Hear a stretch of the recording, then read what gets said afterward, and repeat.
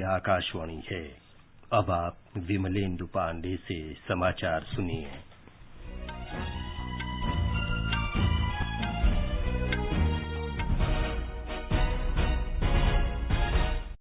Corona संक्रमण को देखते हुए आपसे अपील है कि लापरवाही न बरतें, सभी एहतियाती उपायों का पालन करें और पहला टीका लगवा चुके 45 वर्ष से अधिक उम्र के लोग सही समय पर दूसरा टीका लगवाएं। 3 आसान उपायों का पालन करें और सुरक्षित रहें। मास्क लगाएं, 2 गज की सुरक्षित दूरी बनाए रखें, बार-बार हाथ धोएं और साफ सफाई रखें। अब समाचार। प्रधानमंत्री नरेंद्र मोदी ने चक्रवात यास को देखते हुए सभी संबंधित विभागों को तटवर्ती इलाकों से लोगों को सुरक्षित स्थानों पर पहुंचाने के निर्देश दिए हैं। चक्रवात के बुधवार शाम तक पश्चिम बंगाल और उत्तरी ओडिशा तट को पार कर जाने की आशंका है। प्रधानमंत्री ने अधिक जोखिम वाले क्षेत्रों से लोगों को सुरक्षित निकालने के लिए अधिकारियों को राज्यों के साथ पूरे तालमेल से काम करने का भी निर्देश दिया। श्री मोदी ने चक्रवात यास से उत्पन्न स्थिति से निपटने के लिए संबंधित राज्यों, केंद्रीय मंत्रालयों और संबंधित एजेंसियों की तैयारियों की समीक्षा के लिए कल उच्च स्तरीय बैठक की। श्री मोदी ने बिजली आपूर्ति और संचार नेटवर्क की जल्द बहाली पर बल दिया। उन्होंने अधिकारियों से राज्य सरकारों के साथ समुचित समन्वय रखने को कहा ताकि कोविड उपचार और टीकाकरण में कोई बाधा न उत्पन्न हो।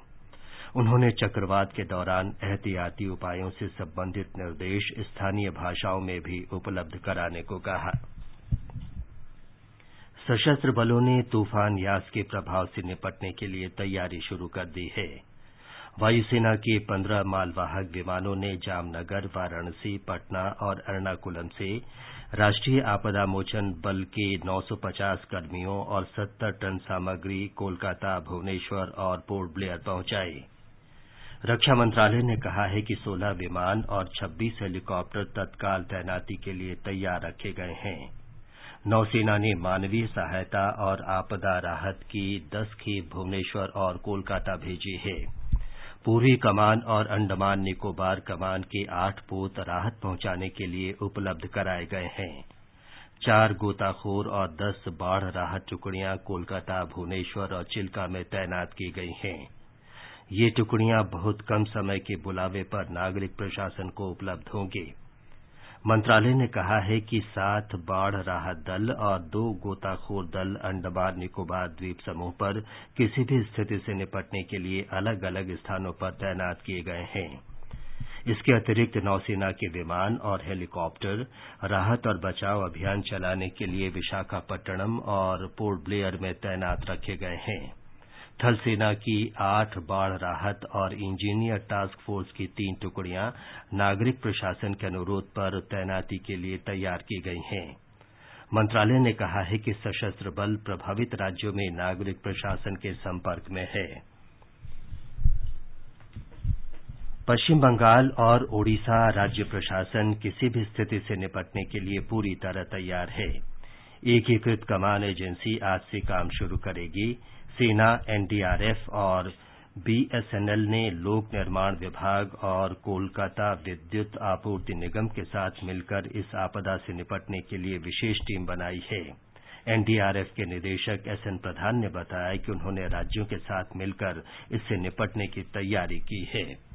जो साइक्लोन है ये आईएमडी के अनुसार वेरी सीवियर साइक्लोनिक स्टॉर्म की कैटेगरी में आता है। वेरी सीवियर साइक्लोनिक स्टॉर्म का मतलब हुआ विंड स्पीड से आकलन किया जाए तो 120 से लेकर 175 तक, गस्टिंग 185 तक जा सकता है। एनडीआरएफ ने तैयारी की है और स्टेट्स के साथ मिलकर तैयारी की है। और जो अच्छी बात है वो ये कि भारत सरकार की तरफ से हाईएस्ट लेवल पर इसका कॉग्निजेंस दिया गया है। प्रधानमंत्री जी ने मीटिंग की। स्टेट के जो भी रिक्वेस्ट है उनको हम लोग अनुमोदित कर रहे हैं और टीम्स जैसे मांगी जा रही है वो दे रहे हैं और इसी तरह से एनडीआरएफ टीम भी तैनात की जा रही है और जहां जरूरत हो रही है एयरलिफ्टिंग के जरिए भी उनको पहुंचाया जा रहा है। तटवर्ती क्षेत्रों में विभिन्न चक्रवात राहत केंद्र भी बनाए गए हैं। अनेक लोगों को सुरक्षित स्थानों तक पहुंचा दिया गया है। पूर्वी मेदिनीपुर के जिला कलेक्टर ने चक्रवात से निपटने की तैयारियों पर समीक्षा बैठक की। आज से संबंधित क्षेत्रों में रेड अलर्ट जारी किया जा सकता है। ड्रोन विमानों से तटवर्ती क्षेत्रों की निगरानी रखी जा रही है और एनडीआरएफ की 32 टीमें राज्य में पहुंच चुकी हैं। ये समाचार आकाशवाणी से प्रसारित किए जा रहे हैं। कोविड-19 से बचाव और सुरक्षित रहने के 3 उपाय। मास्क लगाएं, 2 गज दूरी है जरूरी, सुरक्षित दूरी रखें, हाथ और मुंह साफ रखें। देश में लगातार 10वें दिन कल कोरोना के नए मरीजों की तुलना में स्वस्थ होने वालों की संख्या अधिक बनी हुई है। स्वास्थ्य मंत्रालय के अनुसार इस समय 28 लाख से अधिक कोविड रोगी हैं जो घर पर पृथकवास में हैं या अस्पतालों में उपचार करवा रहे हैं। अब तक 2 करोड़ 34 लाख से ज्यादा लोग कोरोना संक्रमण से ठीक हो चुके हैं। महाराष्ट्र, कर्नाटक, छत्तीसगढ़, दिल्ली, तमिलनाडु, उत्तर प्रदेश, पंजाब, मध्य प्रदेश, गुजरात और केरल में सर्वाधिक संक्रमित मरीज हैं। केंद्र सरकार ने अब तक राज्यों और केंद्र शासित प्रदेशों को 21 करोड़ 80 लाख कोविड टीके उपलब्ध कराए हैं। स्वास्थ्य मंत्रालय की विज्ञप्ति में बताया गया है कि ये टीके निःशुल्क और राज्य द्वारा सीधी खरीद की प्रक्रिया के अंतर्गत उपलब्ध कराए गए। राज्यों को दिए गए कुल टीकों में से 19 करोड़ 90 लाख टीके उपयोग किए गए हैं, जिनमें बर्बाद हुए टीके भी शामिल हैं। राज्यों और केंद्र शासित प्रदेशों के साथ अब भी 1 करोड़ 90 लाख से ज्यादा टीके उपलब्ध हैं। मंत्रालय ने बताया है कि अगले 3 दिन में राज्यों और केंद्र शासित प्रदेशों को 40,650 टीके उपलब्ध करा दिए जाएंगे। रेलवे ने अब तक कई राज्यों को 936 टैंकरों के जरिए 15,284 मीट्रिक टन तरल मेडिकल ऑक्सीजन पहुंचाई है। रेल मंत्रालय ने बताया कि अब तक 234 ऑक्सीजन एक्सप्रेस के जरिए कई राज्यों को राहत पहुंचाई गई। कर्नाटक, महाराष्ट्र, आंध्र प्रदेश, राजस्थान, हरियाणा, तेलंगाना, पंजाब, केरल, दिल्ली और उत्तर प्रदेश सहित 14 राज्यों को ऑक्सीजन एक्सप्रेस से ऑक्सीजन पहुंचाई गई। असम ने कल 80 मीट्रिक टन तरल चिकित्सा ऑक्सीजन लेकर पहली ऑक्सीजन एक्सप्रेस पहुंची। ऑक्सीजन एक्सप्रेस रोजाना 800 मीट्रिक टन से अधिक तरल चिकित्सा ऑक्सीजन की आपूर्ति कर रही है। राजस्थान सरकार ने राज्य में लॉकडाउन की अवधि अगले 15 दिन के लिए बढ़ाने का फैसला किया है। गृह विभाग ने 8 जून तक लॉकडाउन बढ़ाने के नए दिशा निर्देश जारी कर दिए हैं। त्रिस्तरीय लॉकडाउन के अंतर्गत परिवार, वार्ड, गांव, शहर और राज्य स्तर पर एहतियाती उपायों के पालन से बदलाव होने की उम्मीद है। पहले स्तर पर पारिवारिक जिम्मेदारी का अनुभव करते हुए लोगों को कुछ समय के लिए बाहरी लोगों का घर में प्रवेश रोकना होगा। राजधानी दिल्ली में कल 1,649 लोगों में कोविड संक्रमण की पुष्टि हुई। 5,000 से अधिक मरीज स्वस्थ हुए और इस महामारी से 189 लोगों की मृत्यु हो गई। दिल्ली में इस समय 27,610 लोगों का इलाज चल रहा है। कल 64,319 से अधिक लोगों को कोविड से बचाव के टीके लगाए गए। राजधानी में अब तक 50,81,000 से अधिक टीके लगाए जा चुके हैं।